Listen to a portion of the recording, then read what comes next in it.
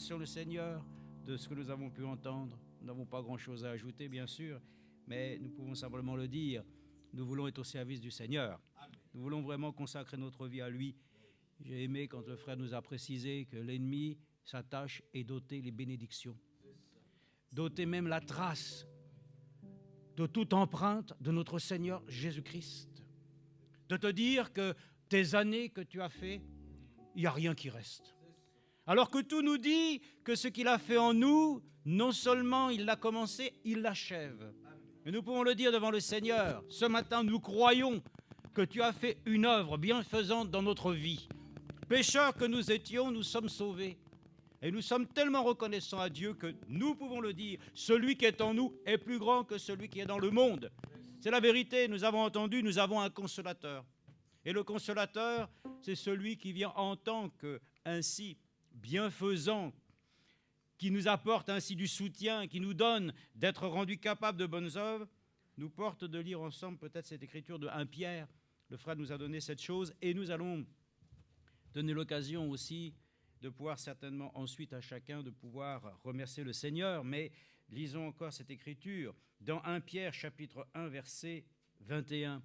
C'est important que nous puissions peut-être aussi partir avec toutes ces écritures dans notre cœur pour que cela ne devienne pas simplement, je dirais, un bagage spirituel qui serait, comme le frère l'a dit, simplement des paroles bienveillantes et flatteuses que nous pourrions nous donner comme cela dans notre pensée, mais que cela devienne dans notre cœur une réalité, que ça devienne pour nous réellement oui et amen. Amen. Par lui, vous croyez en Dieu, qu'il l'a ressuscité d'entre les morts. Amen. Amen. Oui, c'est vrai. Le Seigneur lui-même a expié nos péchés, il est mort, mais je vous le dis, la pierre a été roulée et les témoins ont vu que le tombeau était vide et ils l'ont rencontré. Allez dire que le Seigneur lui-même est ressuscité. Alors, il est ressuscité d'entre les morts et lui a donné la gloire afin que votre foi et votre espérance soient en Dieu. Amen. Après avoir purifié vos âmes dans l'obéissance à la vérité, en vue d'un amour fraternel sincère, aimez-vous les uns les autres ardemment et de tout cœur. Amen. Vous qui avez été régénérés non par une semence corruptible, mais par une semence incorruptible, Amen. Par la parole vivante et permanente de Dieu. Amen.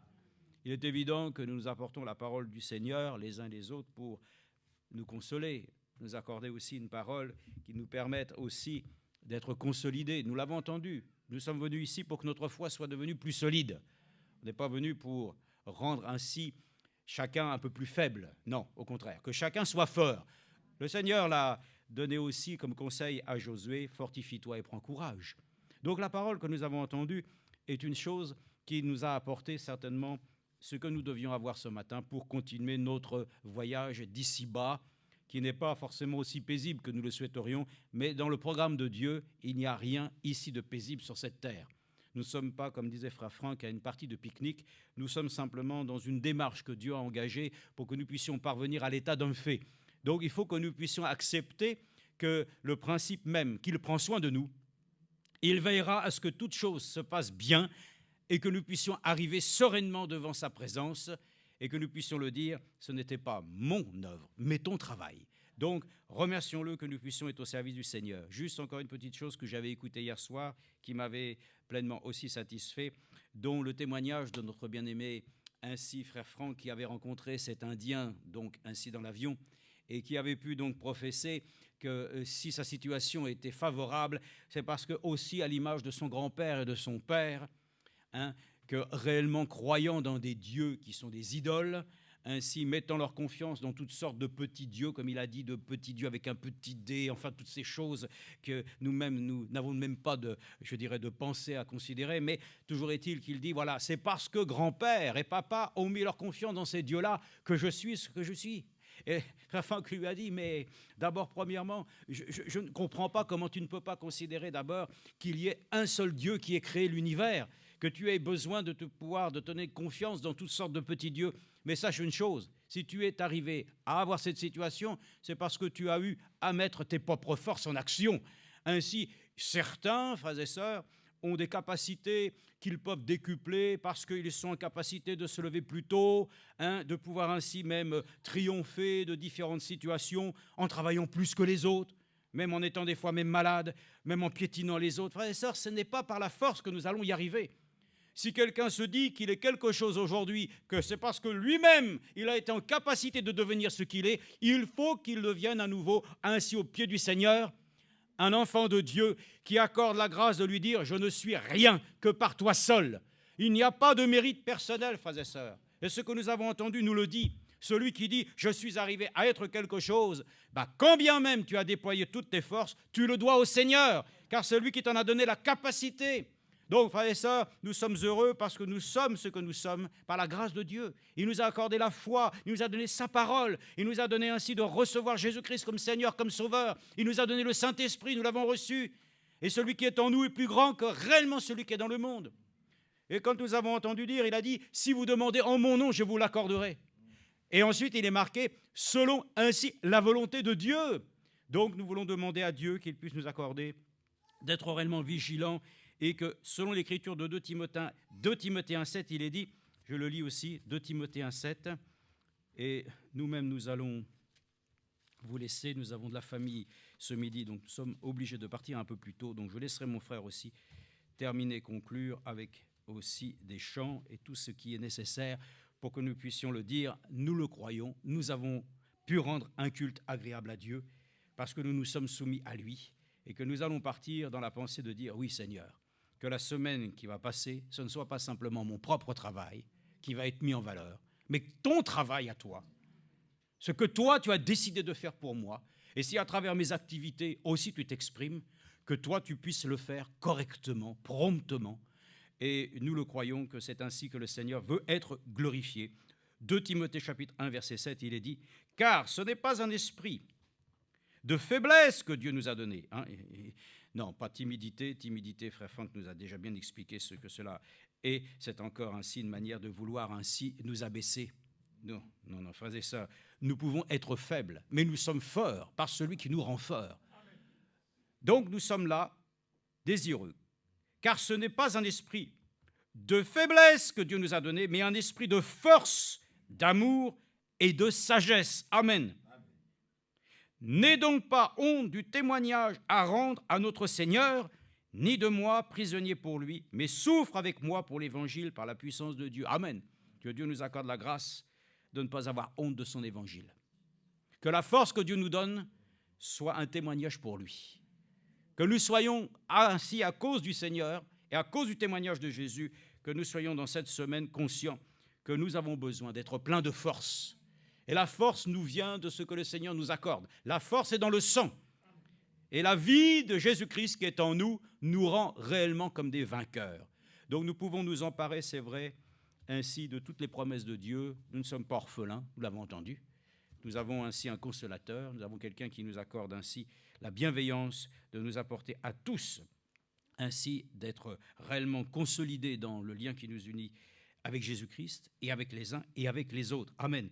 Donc, ne soyons pas simplement, dans une démarche, je le fais par obligation. Vous savez, il est dit que simplement Simon de Cyrène, alors que le Seigneur allait à Golgotha, Simon, lui, on l'a obligé à porter la croix. On ne lui a pas demandé son avis. Toi, viens ici, porte la croix. Porte la croix. On ne lui a pas demandé son avis. Donc, il a été obligé de le faire. Frères et sœurs, nous voulons porter la croix du Seigneur. Amen. Volontairement. Nous voulons réellement, ce n'est pas une imposition, frères et sœurs. Le service du Seigneur n'est pas simplement quelque chose où tu es obligé de le faire parce que tu dois rendre des comptes, parce que simplement c'est ton obligation religieuse. Servons le Seigneur de tout cœur, en liberté, par le Saint-Esprit. Servons-le, et s'il nous dit de porter la croix, nous la portons avec lui. Que nous puissions le dire simplement, frères et sœurs, celui qui a goûté au don céleste ne peut pas ainsi renier son Seigneur. Il ne peut pas ainsi retourner dans le monde. Il ne peut que simplement aller de l'avant, dans la grâce que le Seigneur nous offre. Donc, remercions le Seigneur que tout ce qui nous a été dit ce matin, c'est de nous exhorter à servir le Seigneur d'une manière digne de son évangile. De nous dire que ce n'est pas possible de le faire seul, mais lui nous a donné les moyens, lui en nous, l'espérance que toute action que Dieu va mener, il l'amènera ainsi pour sa gloire, à satisfaction. Donc, soyons ainsi réjouis que nous ne puissions pas le dire simplement, ainsi c'est notre ouvrage, c'est son travail, et que nous puissions dans les jours qui viennent servir le Seigneur, ainsi de manière à ce qu'il soit glorifié. Ne nous sentons pas obligés, frères et sœurs, de faire quelque chose pour lui. L'homme de Dieu a dit souvent, il n'aime pas utiliser ce mot, mais il dit le mot contrainte. Mais il dit il faut que Dieu nous contraigne. Mais comment Dieu nous contraint? Pas simplement par une obligation physique. Il nous contraint par son esprit à le servir, parce que nous avons entendu une chose qui, dans notre conscience, nous a porté à dire « Oui, Seigneur, je le veux, pour ta gloire, et parce que ainsi j'ai reçu l'amour, la vérité en moi. » Voyez-vous, servons le Seigneur dans l'amour et dans la vérité, et tout ira très bien, et nous le croyons. Merci encore pour que notre bien-aimé puisse, frère Franck, puisse être encore réellement affermi, et que nous puissions encore nous attendre à de très bonnes choses, ainsi de la part du Seigneur vis-à-vis de son ministère. En tout cas, déjà, c'était en 1984. Ici, ça n'a pas été affiché suite à l'incident technique, mais c'était donc ainsi, je crois, le 8 ou 9 janvier 1984. Donc, ce qui fait déjà quelques 40 années en arrière. La parole de Dieu n'a pas vieilli. Elle n'a pris aucune ride. Nous sommes heureux, frères et sœurs, que de savoir que nous avons un Dieu qui ne change pas. Il est le même hier et éternellement. Il sauve, il guérit, il délivre, il enseigne, il corrige. Il prend ainsi chacun d'entre nous, réellement ainsi dans son sein. Il nous aime, il nous chérit. Aimons-le de tout notre cœur en retour. Croyons en lui. Ne craignons rien. Nous avons ainsi, simplement à travers tous les événements, nous entendions ici, et même tout le monde le dit, nous sommes proches de la 3e guerre mondiale. Mais écoutez, la Bible a déjà dit avant qu'il y aurait un conflit mondial qui, à la fin, va être le jugement des nations. Donc, même les hommes annoncent leur propre jugement. Mais nous annonçons le retour du Seigneur Jésus-Christ. Nous ne pouvons pas calquer notre foi au regard simplement des informations que le monde lui-même partage ainsi sur tous les médias. Nous n'avons qu'un seul média, c'est la parole de Dieu. Et nous nous sommes avertis de Dieu. Nous sommes préparés par Dieu. Et nous allons là où Dieu nous a dit d'aller. Amen. Donc, ne nous laissons pas effrayer, même si on nous annonce déjà le cataclysme. Mais celui-ci a déjà été annoncé, les jugements de Dieu ont été annoncés, mais le message biblique nous a été annoncé, afin que nous soyons prêts, frères et sœurs, au jour même où nous allons être peut-être serrés, ou peut-être ainsi le monde qui nous entoure, parce que nous savons que l'ennemi ne fera jamais de cadeaux. Donc, soyons prêts, frères et sœurs. Si les temps deviennent serrés, que notre foi soit solide et que nous reposions point simplement ainsi notre croyance sur des illusions. Non, il n'y a pas de place aux illusions. Il n'y a pas de place à l'incrédulité. Le plus grand des péchés, le Frère l'a dit, c'est l'incrédulité. Alors, remercions le Seigneur, simplement, si nous pouvons prier un moment, et nous laisserons ensuite la réunion elle-même se terminer comme elle a commencé par l'Esprit de Dieu. Dieu est fidèle. Notre Père Céleste, c'est avec reconnaissance que notre cœur te dit merci pour l'enseignement de ta parole que nous avons reçu ce matin, précieuse, et cette écriture à notre cœur. Car Seigneur, ô Dieu, notre âme, Seigneur, se veut d'être vivante pour celui qui est vivant. Nous le croyons, Seigneur, la parole de Dieu est permanente, elle peut réellement trancher. Et ce matin, nous te demandons que nous puissions trancher, Seigneur, les situations qui sont dans les équivoques, afin que nous sachions qui nous servons et que nous puissions le dire ainsi. Nous voulons servir l'Éternel, car Josué lui-même en son temps a pu le prononcer. Moi et ma maison, nous servirons l'Éternel.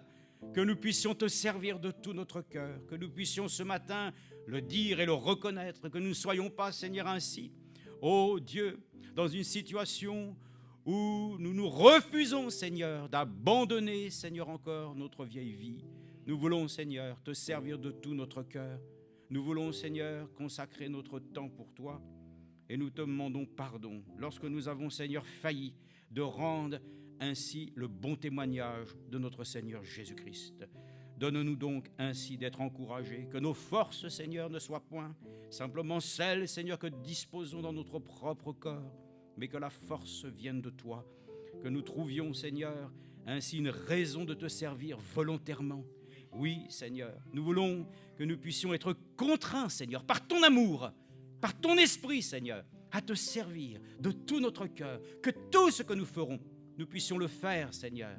Oui, ô Dieu, avec les sentiments et le caractère de notre Seigneur Jésus-Christ. Merci donc de soutenir notre bien-aimé frère Franck. Accorde-lui, Seigneur, d'être fortifié. Lui qui nous a aussi lu une lettre, lui qui nous a encouragés. Comment ne pouvons-nous pas, Seigneur, dans nos prières aussi t'invoquer pour qu'il soit encouragé. Lui qui est entouré, Seigneur, de nombreux frères et sœurs qui aussi, Seigneur, sont autour de lui pour le fortifier.